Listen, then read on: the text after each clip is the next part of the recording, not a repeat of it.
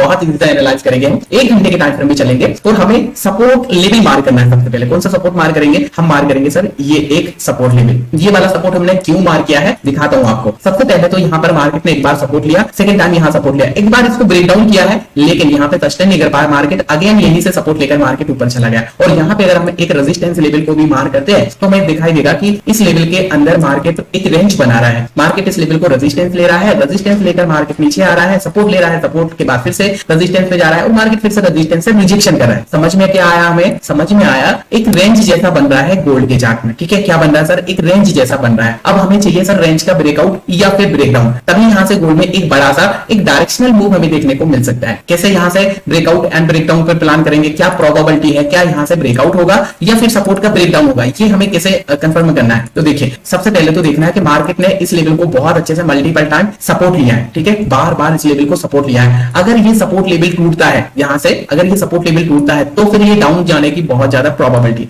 Down जाने के chances बहुत ज्यादा है। लेकिन अगर हम सपोर्ट लेवल पे देखें तो एक रिवर्सल पैटर्न बन रहा है। कैसे पैटर्न? जैसे लास्ट टाइम भी मार्केट सपोर्ट लेवल पे यहाँ पे कौन सा पैटर्न बनाता सर? ये यहाँ पे देखो एक inverted head and shoulder pattern बनाता है सपोर्ट लेवल पे, और इसके बाद मार्केट सीधा ऊपर गया था। अब ऐसा ही कुछ हमें बड़े टाइम फ्रेम पर दिखाई दे रहा है, बड़ा स्ट्रक्चर बन रहा है। जैसे यहाँ पे मार्क करेंगे, ये एक लेफ्ट शोल्डर, यहाँ पे आप हेड मार्क कर सकते हैं, और ये एक प्रॉपर राइट शोल्डर। तो क्या बन गया सर? ये हेड एंड शोल्डर पैटर्न बन गया है। कहां पे बना है? प्रॉपर एक सपोर्ट लेवल पे बना है। तो ये निकलाइन एरिया ब्रेकआउट होना बाकी है, रेजिस्टेंस लेवल ब्रेकआउट होना बाकी है। ठीक है, बहुत अच्छा एक रिवर्सल पैटर्न बना है। तो ये निकलाइन ब्रेकआउट होगा, गोल्ड एक अपसाइड का मोमेंटम यहाँ पे दिखा सकता है। ओके, कितना ऊपर जा सकता है सर? टारगेट क्या प्लान करेंगे अपसाइड में? टारगेट के लिए हम देखेंगे ये वाला एक रेजिस्टेंस लेवल, ये वाला ऐसा करके आगे के लिए एक्सटेंड कर लेंगे हम। राउंड नंबर भी है 4600, राउंड नंबर भी है, बाकी 4611, 4622 का एक रेजिस्टेंस हमने मार्क किया है। ये पहला टारगेट रहेगा। सेकंड टारगेट कौन सा? सेकंड टारगेट की अगर बात करें तो ये एक सपोर्ट है बहुत ही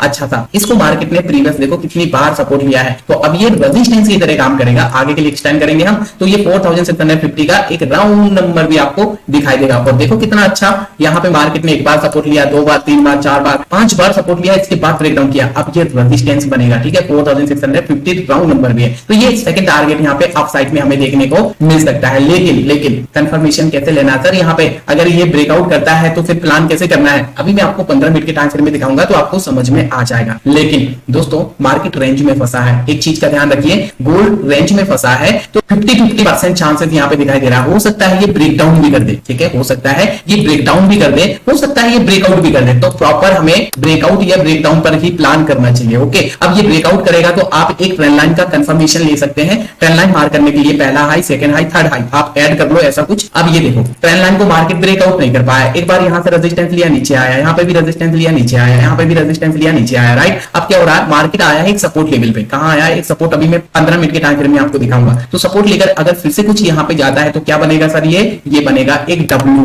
ठीक है, और ये डब्ल्यू का क्या हो जाएगा? निकलाइन एरिया ब्रेकआउट होगा। तो आपके पास एक कंफर्मेशन होगा 4550 का ब्रेकआउट एंड रीटेस्ट। ठीक है, फिर इसके बाद ये रियल अपसाइड के लिए जाएगा। तो ऐसा कुछ प्रोजेक्शन अगर बनता है तभी यहां से अपसाइड का एक डायरेक्शनल मूव हमें देखने को मिल सकता है। ठीक है, चलो ये तो दोस्तों अपसाइड के लिए हुआ। डाउन साइड की बात करते हैं। अगर सपोर्ट लेवल ब्रेकडाउन हुआ, डाउन साइड के लिए आप प्लान कर रहे हैं तो प्रॉपर सपोर्ट का जरूर इंतजार करें। इसका लेवल मुझे पता है, यहां से आप जरूर जानना चाहेंगे 4500 टू 4482 का ये एक सपोर्ट लेवल हमें दिखाई दे रहा है। तो सपोर्ट लेवल ब्रेकडाउन होना चाहिए। अगर ये ब्रेकडाउन हुआ तो कितना नीचे जाएगा सर? आप यहां पे जाओ प्रीवियस और सपोर्ट लेवल को मार्क करो। कौन सा सपोर्ट है यहाँ पे? तो हम देख पा रहे हैं ये एक सपोर्ट लेवल है। ऐसा करके इसी जोन को हम आगे के लिए एक्सटेंड कर देंगे। ठीक है, ये हमारे सामने एक सपोर्ट लेवल निकल के आ चुका है प्रॉपर। तो यहाँ पे जो सपोर्ट हमने मार्क किया है 4420, 4410 का ये सपोर्ट लेवल हमने मार्क किया है। ठीक है, तो गोल्ड अगर सपोर्ट को ब्रेक करता है पहले सपोर्ट लेवल को, तो ये सेकंड सपोर्ट तक इजीली आ सकता है। चलिए अब बात करते हैं 15 मिनट के टाइम फ्रेम में किस तरीके से यहाँ से प्रोजेक्शन बनने पर प्लान करना चाहिए। सपोर्ट लेवल हम फिर से एक छोटा सा माइनर सा 15 मिनट के टाइम फ्रेम में मार्क करेंगे। अभी गोल्ड इस लेवल को सपोर्ट ले सकता है। ठीक है, क्यों सपोर्ट ले सकता है सर? बहुत सिंपल सा रीजन है। प्रीवियस अगर आप देखेंगे